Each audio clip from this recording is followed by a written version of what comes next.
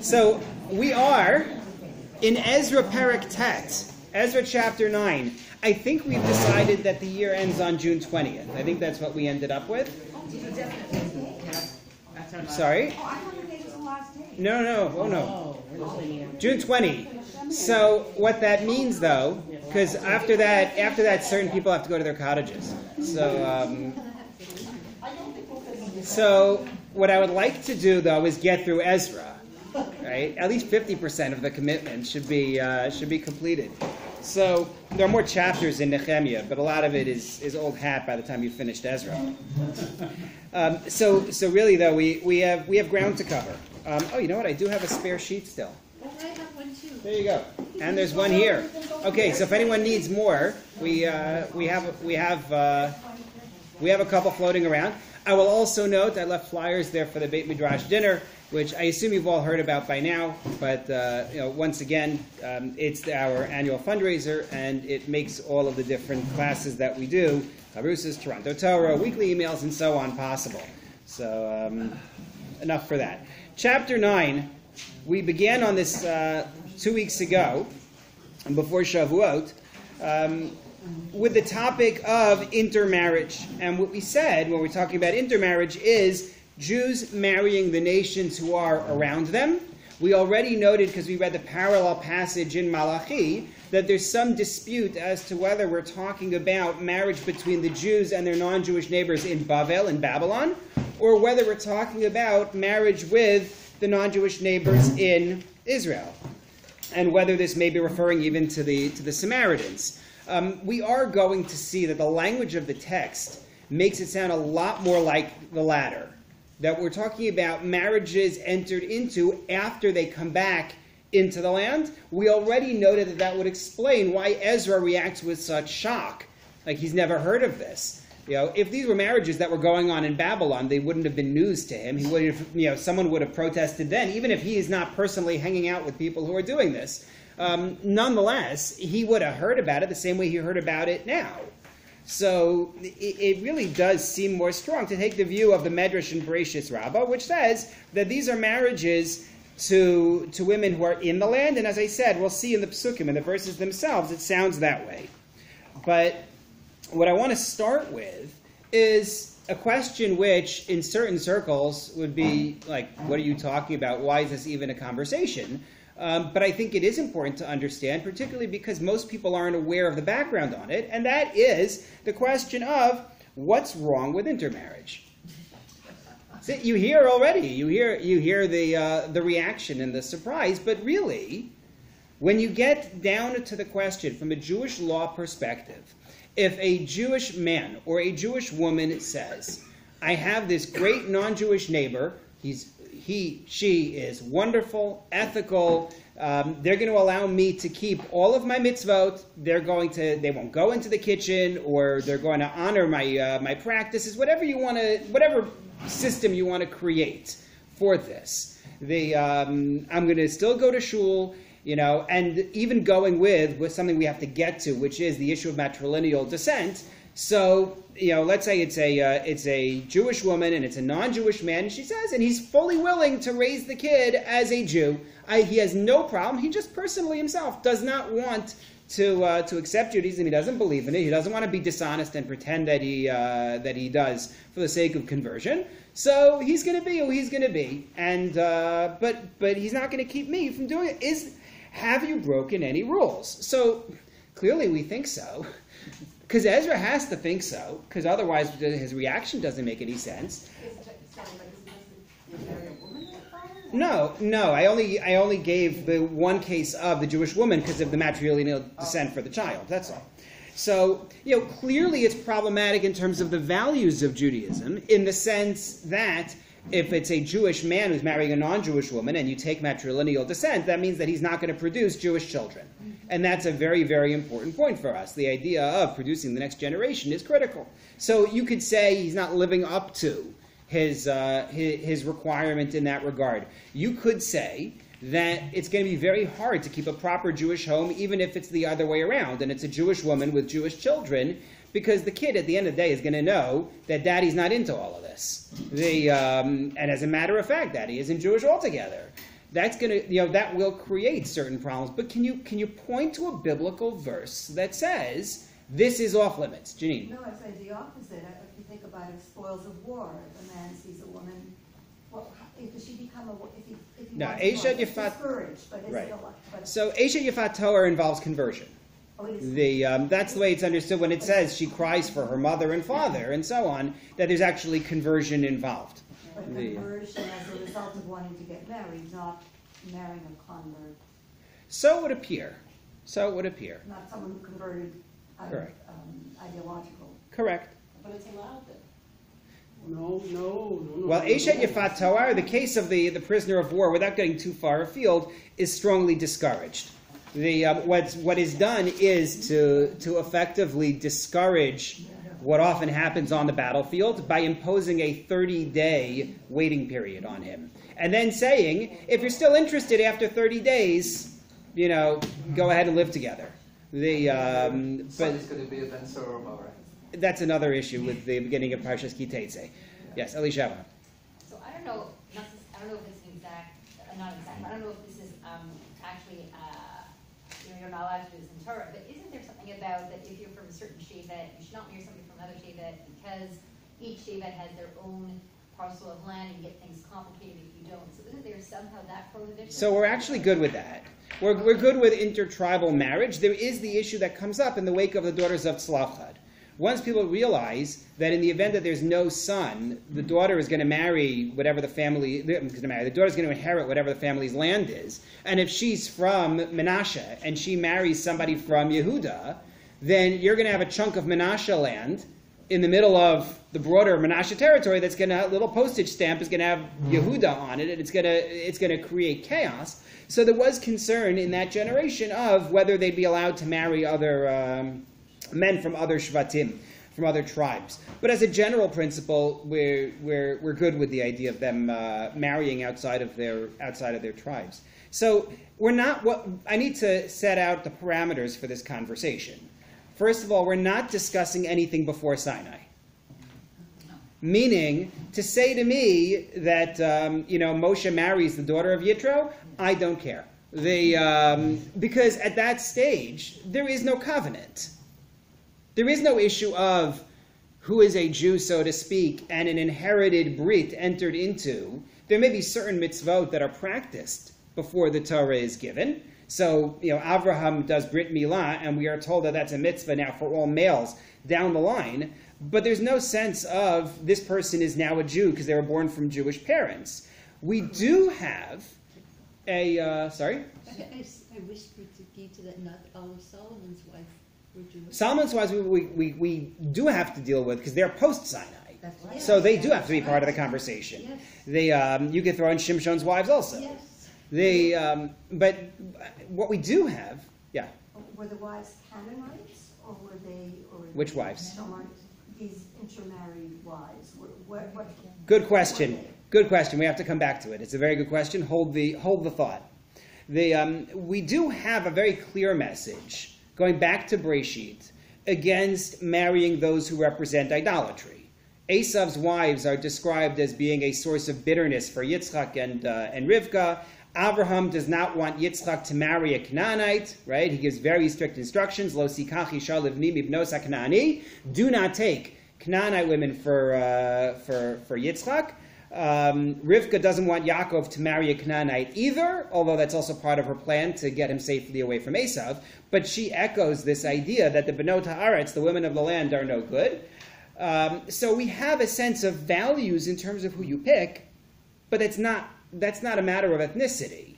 It's not a matter of are they Jewish or non-Jewish. However, after Matan Torah, after the giving of the Torah, when there is a covenant that is passed down across generations, you do find a very strong statement in the Chumash, it's in Sefer Bamidbar, against this sort of thing, against intermarriage. What's the story that I'm talking about?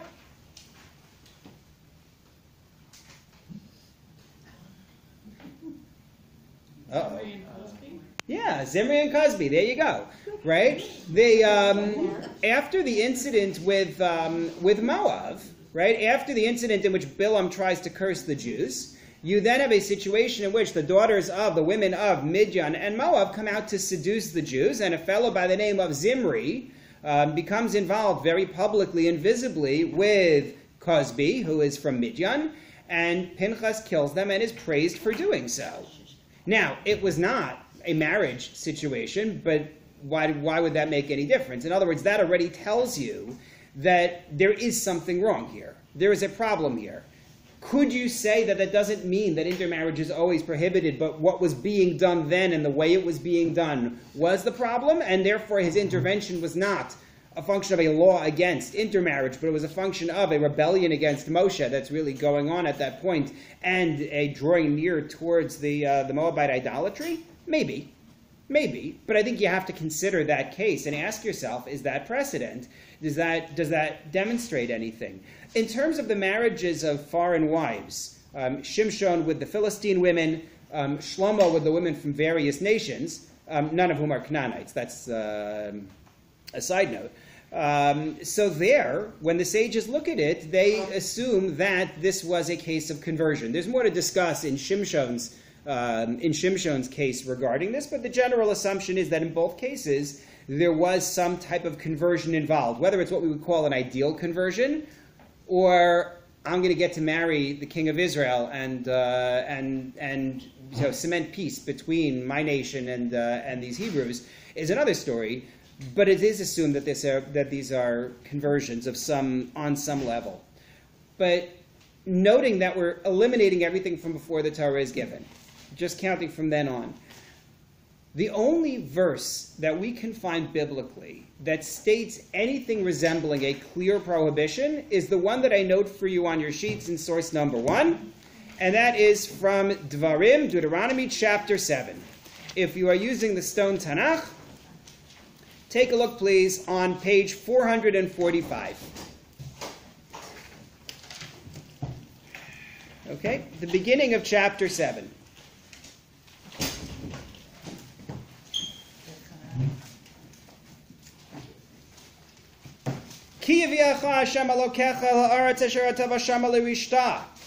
Hashem is going to bring you into this land, the land that you are supposed to take.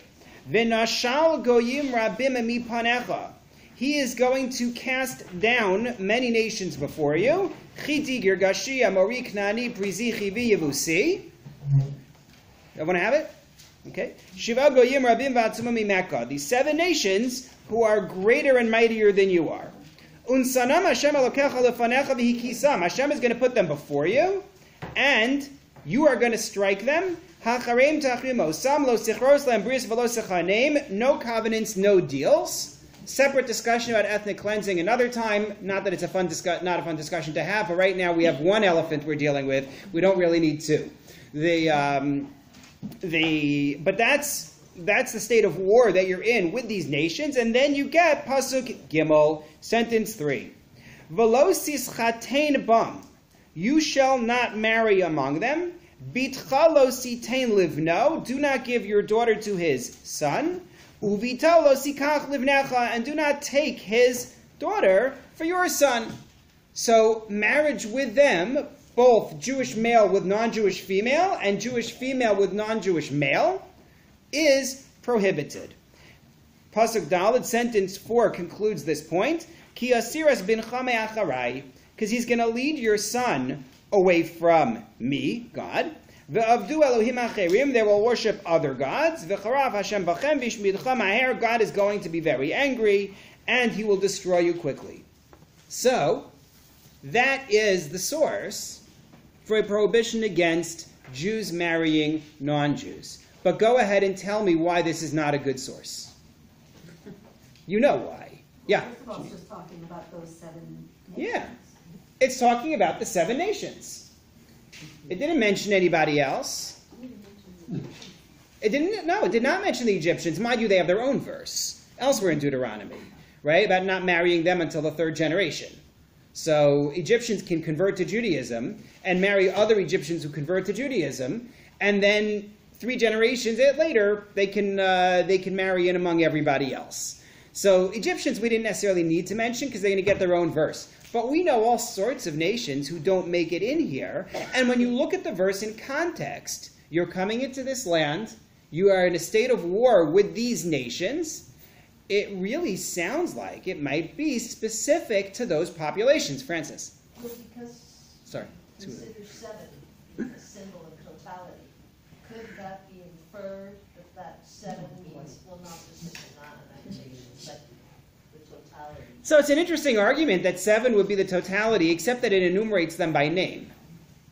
Right? Once you say, here are their names, I think you are locked into this particular group. If I accept that as a stipulation at all, the 7, then I have to accept the names that come along with it as the specification.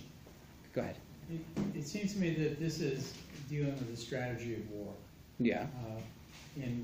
It's no different than the Midianite description earlier. It's the same thing. It was the strategy of the enemy to destroy the nation, if not through war, through intermarriage, so to speak, to make it. And of course, Yaakov had the same issue, with Dinah. Right. It seems to be something that goes through us, that we see the enemy as either trying to destroy us through love or through hate. Okay. But still within that, I would argue that it's the nations you're at war with. It's these 7. It's not anybody else. Yes, I agree. And maybe it should be Amalek, but they're not listed. Yeah, Janine. Once it gives a reason, is one allowed to use that reason to apply it to, halachically to apply it to another nation that would cause the same problem? Excellent. You are on the segue ball today. This is a perfect segue, because if it's really a prohibition against marrying these 7 nations, why did I need sentence 4? Sentence 4 says, because if you do, he's going to lead your son astray. Notice that it says son. That's something we're going to come back to, not this week, but when we discuss matrilineal descent. That's a key line. GPS says children, not son. Because they don't like it. Of course not. Okay. The Art Scroll says child. Okay. We'll deal with it when we have to. We have a phrase, Daya litzara b'shaita. Right? Enough with the problem I have right now. the next problem. But the fact that you add a sentence that says, because it's going to lead your kid into idolatry, opens up the possibility of saying it's not a prohibition against marrying the Canaanites per se, they're just the illustration at hand. But it's really against anybody who could lead your child into idolatry. Now you'll say, well, that's good then, because my non-Jewish neighbor is an atheist. He's not going to lead my child into, he's not going to lead me into idolatry. But keep in mind that, Judaism doesn't like atheism either. We don't feel better. You could even argue in certain contexts that you feel worse about a situation in which someone doesn't believe altogether. We're not comfortable with other monotheism too. Sorry? We're not comfortable with other forms of monotheism either. Correct. Sorry? No, I was going to say the same thing. Like, it's your Muslim neighbor. Like, they're pretty stark.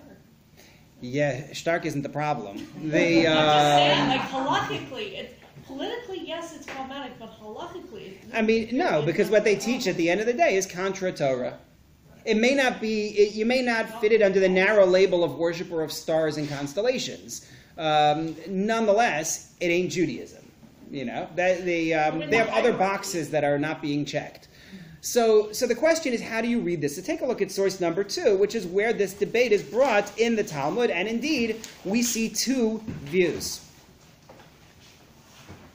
The Gemara says, B'nosehen de'oraisahi. This is following a passage in the Talmud in which they listed certain decrees of the rabbis, lest you mingle with the nations. And one of the decrees, one of the items listed is their daughters. And the Talmud expresses surprise.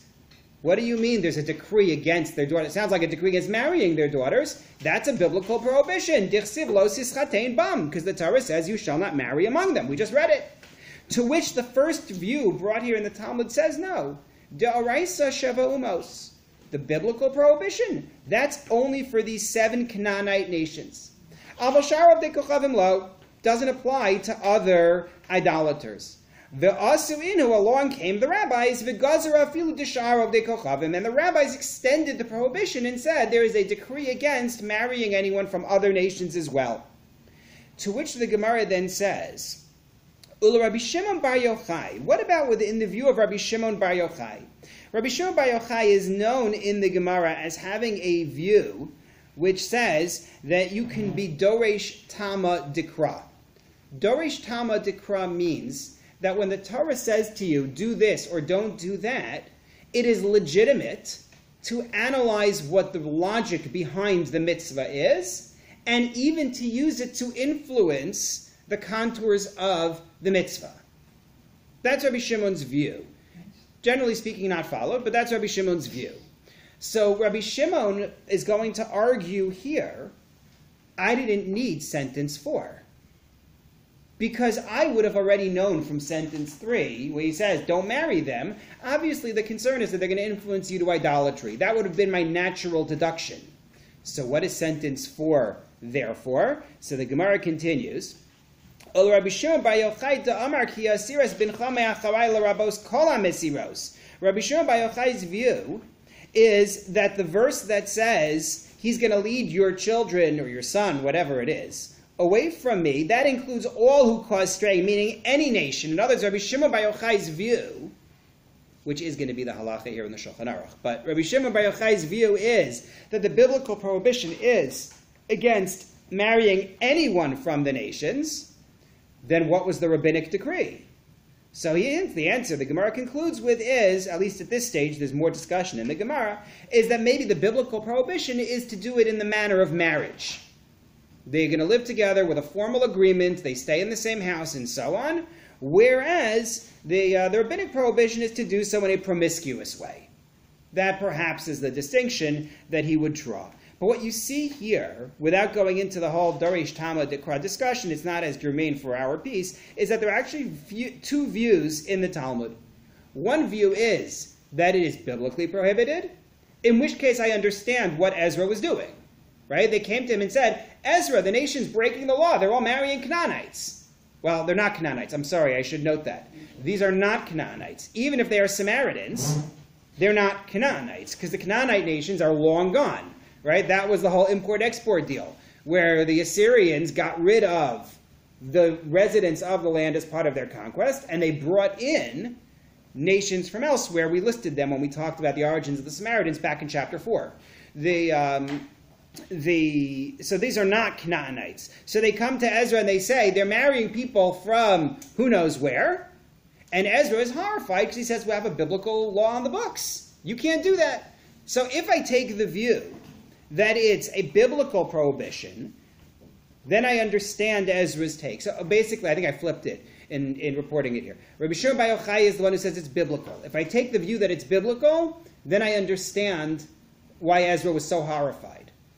But if I take the view that it's rabbinic, then why was Ezra so shocked? Sorry? It came later, unless it's Torah Baal Peh. No, then it will be biblical.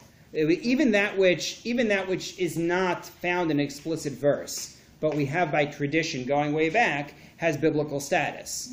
Unless you have a situation in which a rabbi got up and made a decree, a rabbi from any era, but a rabbi got up and made a decree and said, this is a protection for whatever reason, that will make it rabbinic. So the other school of thought here will have to say that Ezra is the originator of the rabbinic decree. That Ezra is the one. Don't think rabbinic. People think rabbinic and they assume that means, contemporary rabbi. That's not what we mean. What we mean is human being who is licensed with the authority by virtue of smicha, by virtue of ordination, to be able to create rules like this. So Ezra has the ability to make rules like that, and that would be the view. So we have two fundamentally different views. We have the view of Rabbi Shimon bar Yochai, this is biblical and Ezra's just a policeman. And then we have the other view that says, no, biblically they were not prohibited from marrying the Samaritans, or Babylonians, if you want to take the view that these were marriages from Babylon. And then Ezra came along, and for reasons we're going to have to discuss, created a rabbinic decree. You follow? Those are your two possibilities. But that leads us to an important question. If it is rabbinic, if Ezra is the one who invents this, how in the world could he do that? I mean, this is not like, I don't want you to move those items on Shabbat because, this is a pencil and it could lead you to go right. This is breaking apart families, as we're going to see. He's going to, the nation is going to do this in compliance with his shach. We'll see the wording. It's very interesting in the chapter in terms of how they go about doing it. But this is an awfully big decree for somebody to make. Not only that, go back to Ezra, please. Chapter 9. Let's go back again, because... Well, they didn't have to listen to him. You'll see when we get there. He represents the end. He represents... Well, I don't want to jump to the end of the chapter before we've seen everything else, but Ezra is not going to force anyone to do anything. You'll see. He does have the authority. He has the authority, and he will not use it. You'll see. Could I just ask, This is who Ezra is. how many years elapsed from the first Aliyah till Ezra came? So we think it's a couple of decades, but it's hard to say. It's hard to say precisely. Yeah, correct. So take a look again in Ezra chapter 9. First of all, I call your attention to verse 1. If you're using the Stone Tanakh, you're talking about page 1833. Ezra reports that after having given the instructions that he brought from headquarters to the officers in the land, then people come to Ezra and say, you know, these Jews are marrying the nations around them. In sentence 2, they married their daughters. Their daughters are mingling with Zerah Kodesh, with these sacred Jews. Chapter 9, sentence 2, sorry? Who are the officers? So we have to talk about the officers. I'm not there yet. It's a very good question, but I'm so not there yet. But here's the question. If Ezra was the one who invented this, that means that up until Ezra's going to do something, which hasn't happened yet, there's no prohibition against these marriages. So why did they come report him? Why did they come to Ezra and say, you know, these Jews are marrying the nations around them? Not only that, take a look at chapter 9, sentence 10. Next page. Ezra declares, as part of his reaction, he declares to God, Mano mar Elokeinu acharei zos. What are we going to say, O God, after this? Ki azabnu mitzvosecha. We have abandoned your mitzvot. Asher tzivisa biyad avadecha neviim. You instructed through your prophets, saying, you're coming into this land, and so on and so forth. There's corruption here from the nations of the land. Like, we didn't do anything wrong. Well, Yeah. Like, we're saying, if we go back to the women captured in war, so that is, it's permitted, but it's still not looked at favorably. So could you say that, okay, it is taboo to marry someone from these 7 nations? So even though it's not explicitly forbidden to marry someone from outside of those, is it still not considered okay at the time? Right. So I think that is one of 2 possible answers here, at least 2 that I can come up with. The first answer, let me just go through this one. The first answer that I would give is that this is not a particular mitzvah, it's what we call a meta mitzvah. In the same way, there's a lot of controversy about the fact that when the Rambam gives his list of the 613 mitzvot, he doesn't count a mitzvah of settling the land of Israel. It's not there in the 613, which is, strange, given the way that it pervades so much of the Torah, given the way that we have all these mitzvot of being in the land, given the fact that we even have a verse that says you're supposed to take this land and pass it on to your children, you're supposed to settle there. The other codifiers of the 613 did include it. Why didn't Maimonides include it? So there are a whole range of answers, surprise. When the Rambam coughed, there were a range of explanations for why. But one of the prominent answers is that it's because the Rambam views this as an overarching meta mitzvah. It's not one thing, it permeates so much of the Torah. So you could argue here the continuity of the Jewish people is a meta mitzvah. It's not like you can point to a particular law, but Ezra knows, and the people know in general, that even if it's allowed, it's a very, in the sense that I can't point to a verse against it, I can't point to a verse that says, don't live in Toronto. Nonetheless, it's clearly not what the Torah wants for you. God chose not to make it into a biblical sin, but it's going to raise the future of the Jewish people. It's going to change the future of the Jewish people in very real ways. That would be one way to look at it. The other way that I think that you could look at it is to say, Janine, you were going to say? I think it says Ketov, Potei, and Bachnani, that their behavior as a result was that they mimicked. Yes. So I think that's the second possibility, is that it's because of concern for idolatry. Because the verses do talk about them not only marrying the nations, but following ta'avot, which is a word that's often used in the Torah for idolatry. We're following the non-Jews into their avodah zarah, into their idolatry, and maybe that's what motivates this position by Ezra. In terms of practical law, just because you can't discuss this topic without noting where this goes in halacha, so the Rambam writes, Maimonides writes in source number 3, that it is a biblical prohibition. I brought this here for you on the sheet, but I'm not going to go through it inside. I just wanted you to have it accessible so you could see the text itself. Rambam follows the view here of Rabbi Shimon Bar Yochai, in which he says that marrying them is biblically prohibited. And the Rambam actually I should note it, in the text of the Rambam, quotes Ezra as one of his sources. He says, see, Ezra did it. Why did he need to quote Ezra when he has a verse already in Deuteronomy? Deuteronomy trumps Ezra. So why does he need to mention Ezra at all? So the commentators here, a work called Hameir La'aretz, Radbaz as well, explain that it's because I noted earlier that usually we don't follow Rabbi Shimon with his approach of analyzing the meaning of the text and so on. We don't usually follow Rabbi Shimon. So therefore, the Rambam needs to justify why he's taking Rabbi Shimon's view here, and his justification is because it's consistent with Ezra. Yes? In the English, it's an unusual phrase that we use the word marriage and mates. Yes. Separately. So That's not them, that's me. I wrote that. Yes, because the Rambam follows the view that we expressed in source number 2, which is that the biblical prohibition is only in the manner of marriage. If it's a promiscuous thing, it's rabbinically prohibited. You look perplexed. Yeah, I don't see that if a Jew mates with an idolater from other nations in the manner of marriage. Right, or a Jewess mates with an idolater in the manner of marriage. The Torah dictates lashes for them. That's the biblical prohibition. It applies, So it applies for mating as well as marriage. No. Mating in the manner of marriage. What does that mean?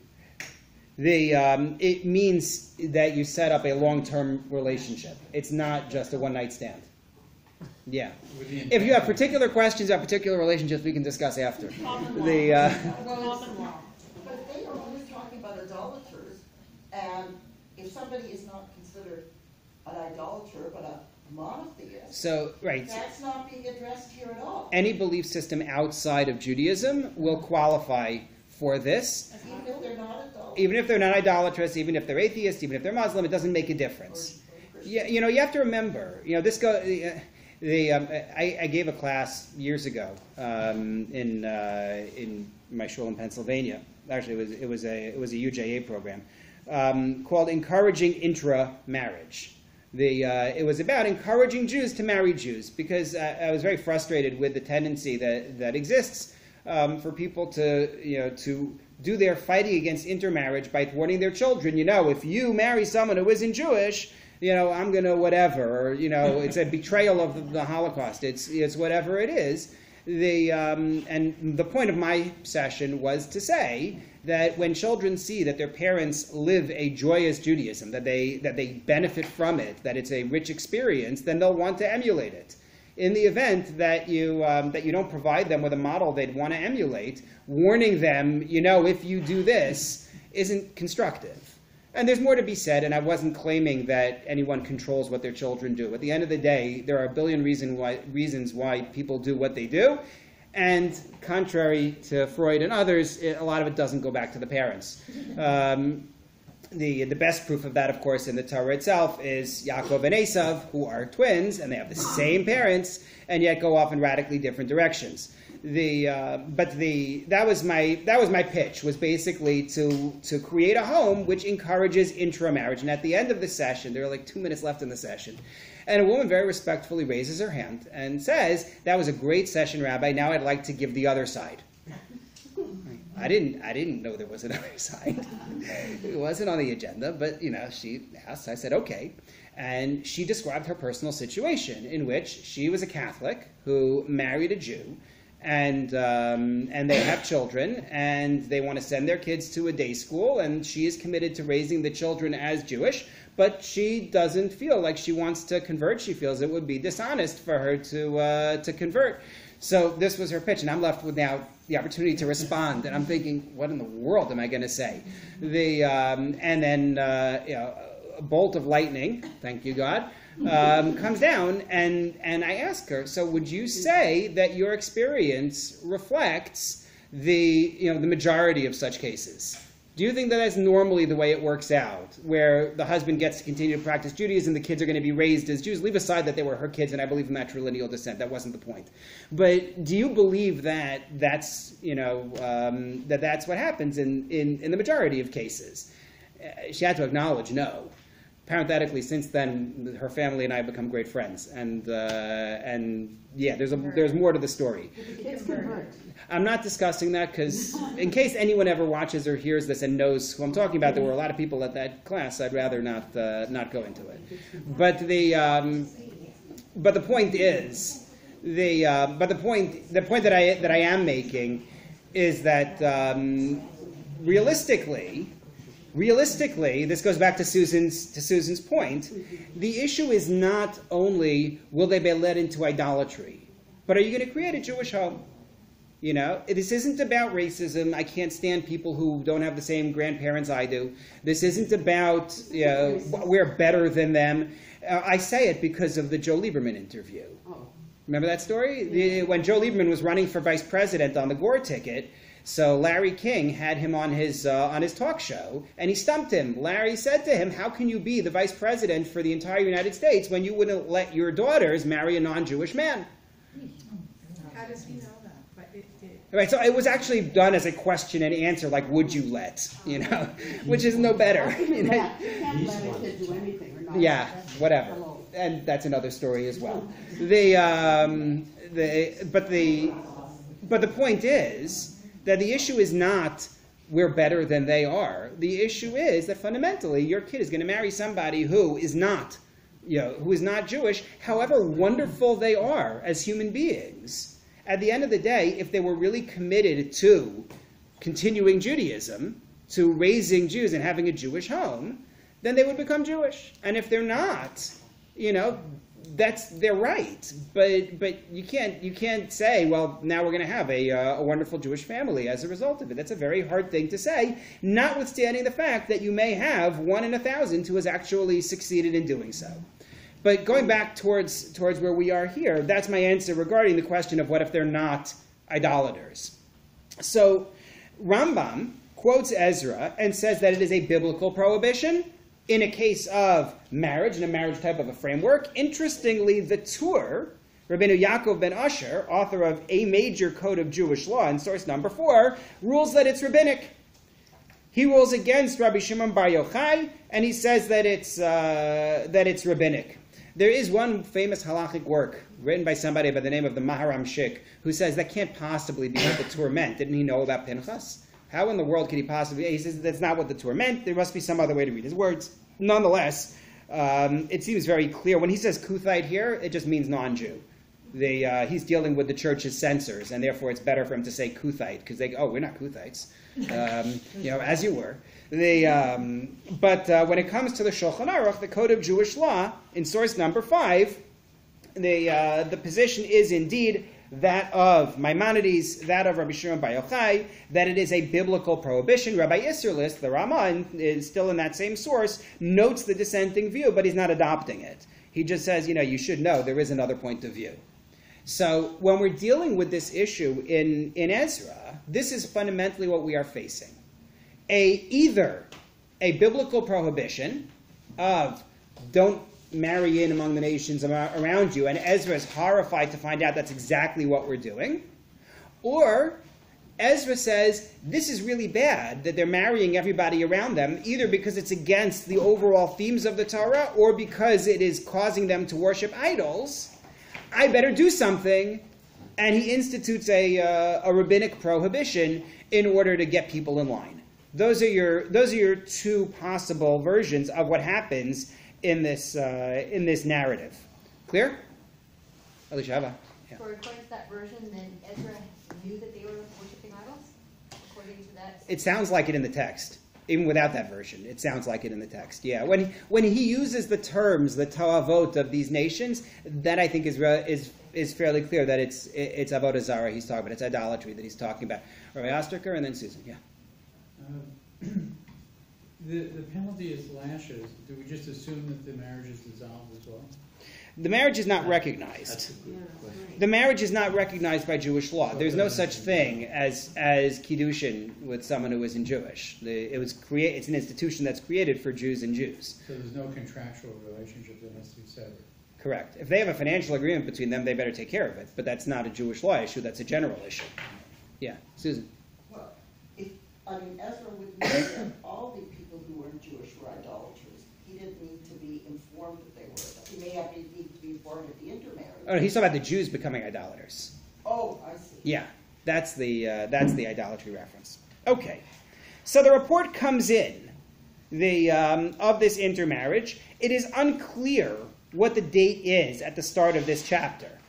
Meaning, in chapter 8, it was the month of Av, right? Remember, Ezra arrived in the month of Av, and they had their whole big celebration. By the end of this chapter, it's going to be the 20th day of Kislev, which is 4 months after 4 months after Av, right? Av, Elul, Tishrei, Cheshvan, Kislev. We're good. So it's going to be the 20th day of Kislev. In between those dates, in between the beginning of Av, when Ezra shows up with his crew, and they wait 3 days, and then they start about bringing their offerings and so on, in between the beginning of Av and the 20th of Kislev, they're taking care of the jobs we listed at the end of chapter 8, delivering orders to the Persian officials, elevating the Beit HaMikdash, the temple, doing whatever it is that they're supposed to do. So let's take a look now at chapter 9, sentences 1 and 2, the beginning of this chapter, and see what happens when this report is brought in. So we are now on page 400 and... I don't even know what. No, we're not. That was back in Deuteronomy. Sorry. 1833. Thank you. 1833. Chapter 9, sentences 1 and 2. Uchechalos eleh. At the end of this, after the end of delivering all the orders and bringing the offerings and so forth, nigshu elai hasarim. The officers came to me. Who are these officers? That's one of the things we need to know. The officers came to me, Lamor, with the following report.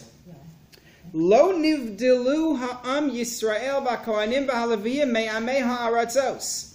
The nation of Israel, the Kohanim, the Leviim, have not separated from the nations of the lands. Kiso avosehem, like their to'evot, which again, as I said, is a word that we usually use in the context of idolatry, not always, but generally speaking. Laknani, Hachiti, Aprizia, Yebusi, Amoni, Hamaovi, Mitzri, Amori. Various nations, worth noting, these are not all Canaanite nations. Okay. Right? Ammon and Moab are our cousins. They live east of the Yarden. There's a separate prohibition against marrying Ammon and Moab, Ammonite males, Moabite males, whatever. As well as the Mitzri, the Egyptian, who we mentioned before. We said that you get 3 generations, then you can marry them. Kinas umi b'nosehem lahem, they took their daughters for themselves, v'livnehem, and for their sons. Notice, as we talked about last time, the emphasis on intermarriage with non-Jewish women and Jewish men. There is no reference here to the opposite. Whereas in Deuteronomy, both ways were mentioned. Here it's one way. V'hisaravu zera hakodesh be'amei ha'aratzos. They have mixed the progeny of the sacred, or sacred progeny, be'amei ha'aratzos, in the nations of the lands. V'yad hasarim v'hasiganim hayisab b'ma'al hazer rishona. And not only that, but the sarim and siganim, the officers and deputies, their hand was in this first. So there are a lot of questions that you could ask here, but most basically, who are the officers who are reporting this, and who are the officers who are doing it? Right? That's question number one. Are these two camps of officials? Like, why do I have these two groups going? Warren says princes and rulers. Princes and rulers, cops and robbers. Okay, they we didn't have princes. I don't even know what they're talking about. They This is Yehuda HaNasi then. sorry, Yehuda HaNasi, he's not a prince? Yehuda HaNasi is a prince, So but what that's a political title that is conveyed. It's not as though it's a it's not my father is the king or my mother is the queen. No, so like, can you be elected as prince? Like, is that an elected Yes. office? Hillel HaNasi became Nasi. He was from the family of David before that, but he was chosen as Nasi. Fine. It wasn't something that he inherited. There was something else, though. Someone else was asking something. It says chiefs, so it seems like the second group that's doing it are senior officers. Here there's What do you have as a translation for the first And Sarim, and what do you have for the second and Sarim? The chiefs has been foremost in this transgression. Right, but how is the word Sarim translated in the beginning and the end of the sentence? Okay, Gita is a very different one. They were representatives of the heads of fathers' houses, the national leaders. Modern scholars interpret it as government officials. Oh, okay. So we've got all sorts of different possibilities. Our scroll has a footnote. Okay. It says, these are the ranking Jewish officials, not the foreign officers of the preceding verse or the lower echelon functionaries of the next verse. I'm confused by all that, but okay. I heard a lot of different terms. Yes. Couldn't it just be that some of the princes were not happy with what the Yeah. others of the princes are doing? Entirely possible. But we're going to see something fascinating in that, I expect, this week or next week. That will raise this question. But I have another question. None of them have ever met any Prezi. What does that mean? The Prezi, they're one of the 7 nations from we entered the land ages before this. Right? You'd have to go back 1,000 years plus to find a Prezi. What are you talking about when you say they married Prezi? Right? That was our list. Kanani, Chiti, Prezi, Yevusi? The Yevusi? What Yevusi? I know that. The ones who lived in Yerushalayim before King David came along. Doesn't it just mean other, the other, capital O? Maybe. Collective. Maybe. These are the other, etc. This doesn't strike you as strange. No, Or the Oh, good. descendants. none of Like, this strikes me as strange. 'Cause It doesn't those say are- marriage, it says that they're committing Well, abominations. they changed some of the tables of those nations. But how do they pick these particular people? So, first of all, going back to what Malka just said, I think that's very important. I think the fact that it mentions them highlights that what we're talking about is the idolatry issue. The idolatry of the land was associated with those original nations of the land. The Baal was the Baal of the Kanani, the Prezi, and so on. And I think that's what's being emphasized by using those names. It's the idolatry that they are pursuing. So it's the idolaters. Yes. These are It's the maybe idolaters it's next door. But let's talk a little bit more about this. I don't want to conclude this week without having done 2 psukim, without having done 2 verses.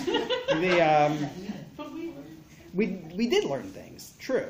So first of all, the language here I think really does place the marriages as having happened in this land. There's really no excuse to talk about the Prezi and the Amori if the marriages happened in Babylon. It just doesn't make any sense. Or in Babylon, Assyria, Persia. But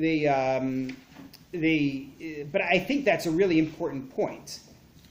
In other words, it's not just, okay, historically, this is when the marriages took place. You're Ezra, okay? You arrive in the land with your cadre of people, especially within the view, which we quoted from the Talmud, that Ezra was involved in filtering out all the different lineages, even in the first group that arrived. Right? We talked about how we identified Kohen, Levi, Yisrael, Mamzer, Geri, Charive, Nesinim. Right? We listed all these different identifications of the different groups who entered the land. Can you imagine? He shows up, and someone says, "Yeah, we took that whole puzzle that you did, and we just threw it up in the air, and now the pieces are all jumbled again." I am trivializing it by using that as an example. He thinks he's leading a righteous nation to construct the second temple and bring back the glory days. And he finds out that the saints and scholars he thinks he's leading are married to Canaanite whatever women, whatever nation it is, right, Shomronim, and are worshiping idols. So did this happen with the first group, the ones that he didn't leave, the first group that came? That's the way I would look at it, because his other group hasn't had time yet. Yeah, that's what I was They are at the maximum 4 months in. Yeah. I mean, I understand they didn't date like for years in those days, but still, yeah. Does that mean that everybody who left Babylon was in a non-intermarried marriage?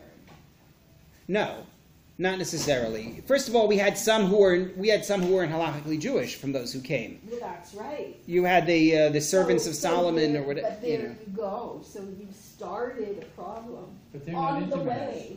Maybe. Sorry? But they're not intermarried. What do you mean? Who's not intermarried? The people. They aren't when they leave Babylon. Right. But Ezra's coming here a couple of decades later to find out that things didn't work out as planned. Right.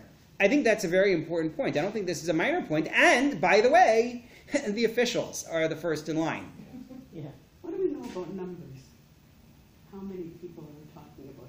Many? Tens of thousands? The first group that... Oh, you mean that? That's actually a very important question for the end of this chapter. Because you're going to end up with no chins if you all marry your first cousins, if it's a small group. So what actually is going to happen is we're going to list all of the couples who separate. Because of this, we're going to identify who among the Jews separates from their non-Jewish wife. And the question is going to be, is that everybody? Or is that these are the ones who separated and the others remained intermarried? We'll see this question. The number that separate is a relatively small number, 100 and something, if I remember correctly, 150 or It's a so. very small group we're talking about. And I don't know. You're worried about the viability of only marrying another, whatever you want to call them, Jews at this point?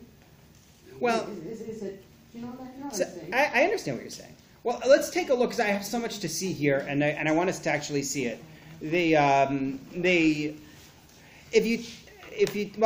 Three different theories for how it was that they ended up doing this.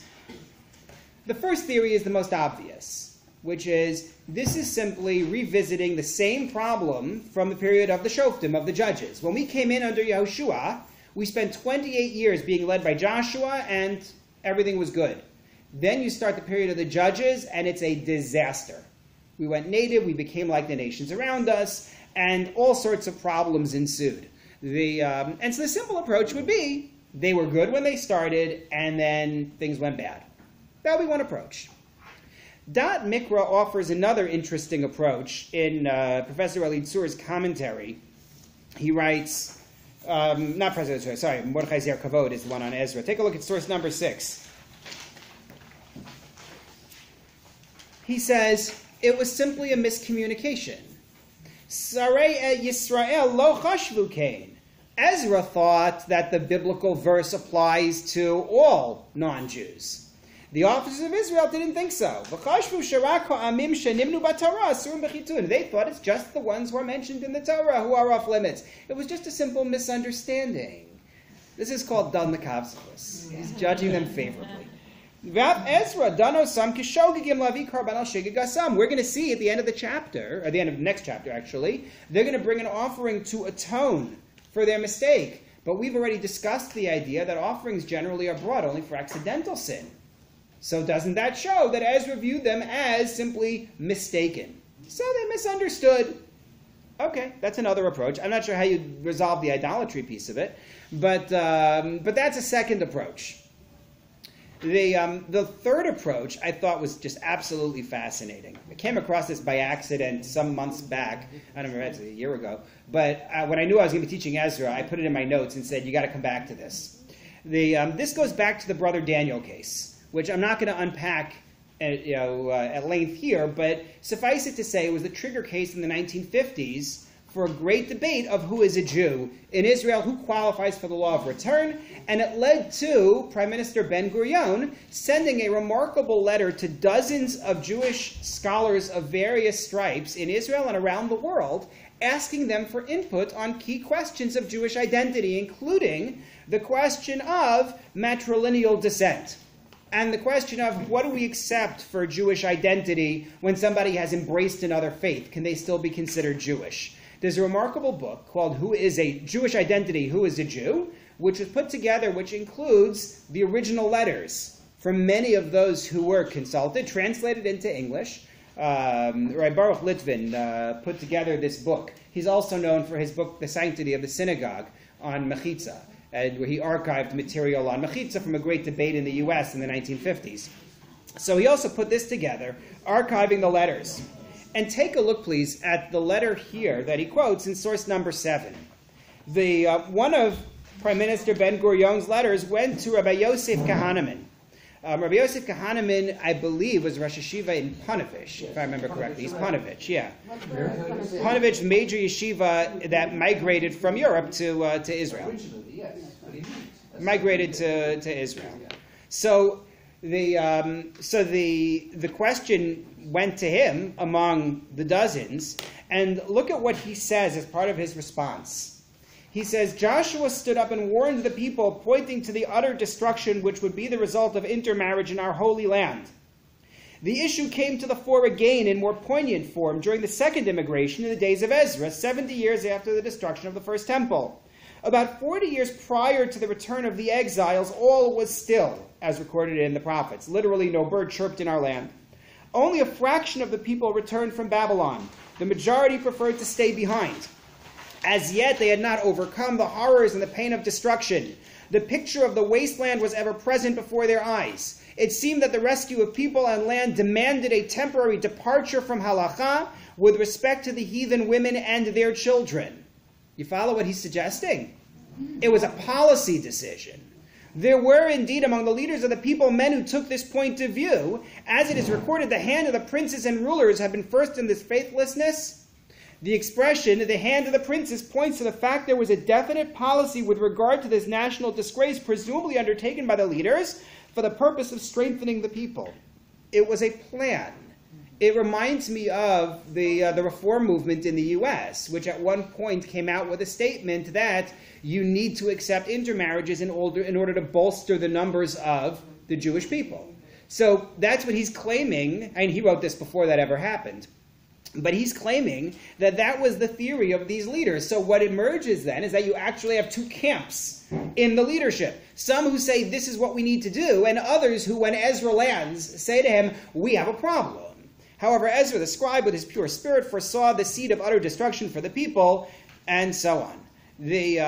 But that's the way that he looks at this. There are actually two groups involved, and one group says that this is a necessary step for us. So we have three different theories for why the officers would have gotten involved in this. The first theory is they went native.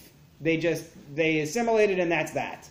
The second theory is it was a misunderstanding of the verse. They really thought the prohibition doesn't apply to these nations. And then the third, from then on, when they interviewed somebody for a leadership position, they asked this as one of the questions. And then the third possibility is that no, this was a premeditated plan. They thought they were doing right. This was a need of the moment, and that was their justification. There's one more note we have to get to. We'll have to pick up with it next time from Rabbi Hildesheimer, a fascinating and very important decision that he issued in source number 8. So God willing, we will begin there next time. Thank you very much.